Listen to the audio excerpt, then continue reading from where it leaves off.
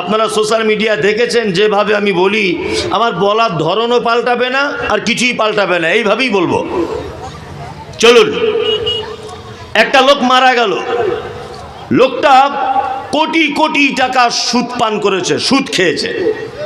আচ্ছা বলুন তো, এই লোকটা জানাজা পড়া যাবে কি যাবে না? যাবে? যাবে? যাবে না, তাই তো? জি, এটা আপনারা বললেন। আচ্ছা, তার জন্য দোয়া করা যাবে? যাবে? যাবে। আপনার ভাই মারা গেছে একটা অপরাধ করে, আপনি তার জন্য দোয়া করবেন না যে আল্লাহ তুমি আমার ভাইকে ক্ষমা করে দাও? এটা বলবেন কি বলবেন না? বলবেন। পৃথিবীতে যত পাপী আছে, সে যদি মারা যায় তার জন্য দোয়া করা যাবে, কোনো সমস্যা নেই। কবুল করবে না করবে ওটা আল্লাহ সুবহানাহু ওয়া তাআলার ব্যাপার, কিন্তু আপনি দোয়া করতে থাকবেন। কিন্তু পৃথিবীর একটা জঘন্যতম পাপ আছে, যে পাপ